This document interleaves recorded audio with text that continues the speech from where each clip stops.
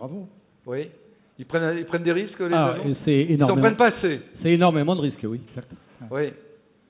Alors WMH, pardon, c'est toi qui as trouvé le nom? WMH Project, c'est l'acronyme de We Make It Happen. C'est de rendre justement toutes les idées possibles. D'accord. Alors toi tu dis c'est une agence qui secoue le marché. C'est pas un peu prétentieux ça? Non, je pense que le marché, on le regarde tous depuis des années, on est tous des passionnés et j'ai envie de dire enfin il se passe quelque chose de grand, d'ambitieux, d'audacieux. Ouais. Ce qui m'a fait rejoindre justement l'écriture de l'histoire de ce groupe qui est absolument fabuleux aujourd'hui et qui est un modèle très atypique et même unique. Je le développerai peut-être après selon tes questions. Ok, un mot de commentaire sur notre ami qui dit que les agences sont pas assez créatives, assez disruptives. Attention, j'ai dit que je n'en avais pas rencontré. Oui. C'est pas pareil. Ah. Tout le monde peut être créatif. Et certainement que celles qui sont créatives ne sont pas à la portée de mon budget aussi. D'accord. La créativité n'est pas forcément une histoire de budget. Ouais. Laurent Melchior, sur Je pense qu'il faut en parler. des pubs comme ça où Avec plaisir. les dirigeants se mettent en scène, est-ce que c'est une piste événementielle parce que ça personnifie, donc on va dire il est un peu mégalo, non? Non, alors je pense qu'il faut le faire sur le ton de l'humour. Ouais. Je pense que l'époque à Flelou, elle était exceptionnelle, mais elle est révolue, enfin à mon sens en tout cas. Ouais. Et là, c'est fait sur le ton de l'humour et du second degré, et donc du coup, ça passe et ça enlève ce côté prétentieux. Après, c'est des logiques aussi familiales. On n'a pas envie forcément de se mettre en avant à titre personnel dans une publicité, mais en tout cas, à partir du moment où c'est, en fait, on parlait de sérendipité tout à l'heure, et c'est exactement ça. En fait, c'est un accident sur un tournage qui fait que la pub elle naît, et c'est souvent dans ces accidents qu'il y a les meilleures idées, le plus de créativité. Ouais. Thierry Le Guénic, j'ai vu les pubs Habitat, c'est un peu sage, non? Ça manque pas un peu d'audace?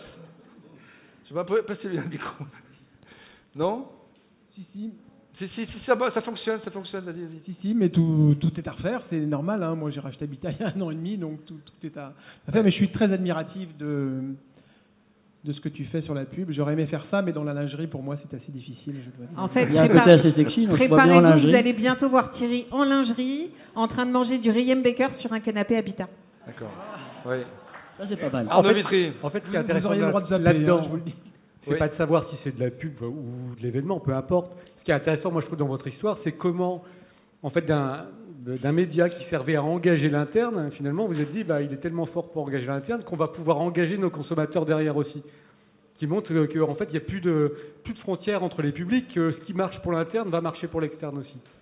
En fait, nous, ce sont les consommateurs qui nous ont demandé notre pub. On l'a passé 1 ou 2 fois pour rigoler, et on a eu tellement un tollé de consommateurs qui nous a dit ouais, faut faire ça. C'est vous qu'on veut, c'est rigolo, vous vous mettez en danger, vous vous mettez sur scène, vous vous prenez pas au sérieux parce qu'on se prend pas au sérieux.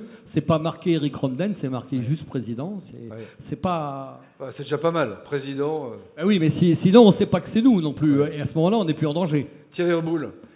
Ça réconcilie un peu les Français avec les patrons, parce qu'on les voit toujours comme des exploiteurs, et quand on le voit en caleçon, on se dit, quand même, il a un cœur comme un autre. Je suis tout à fait d'accord avec ce monsieur, et je pense qu'effectivement, il n'avait absolument aucune chance de voir une agence lui sortir ça, surtout pour pas beaucoup d'argent. Ouais. Donc, il a raison, il faut qu'il continue, Ouais. et je pense qu'il faut effectivement que les agences s'en inspirent un peu. De cette capacité à prendre 2-3 risques, parce que quand on n'a pas beaucoup d'argent, il faut prendre 2-3 risques, et a priori c'est ce que vous avez fait. Les PME ETI, c'est pas un peu les oubliés, un peu de la communication événementielle, parce que beaucoup de gens disent c'est l'apanage des grands groupes. Si, clairement, oui.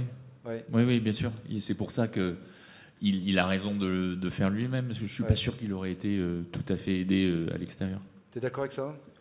Pas forcément, non, parce que, et ça répond un petit peu au modèle d'agence aujourd'hui un peu différenciant, c'est que il n'y a pas de budget moyen, en tout cas chez WMH Project, on accompagne nos clients à l'année sur des petits, moyens, grands projets, et c'est important en fait. Et en fonction d'un budget, quel qu'il soit, justement la créativité doit répondre effectivement à cette enveloppe-là.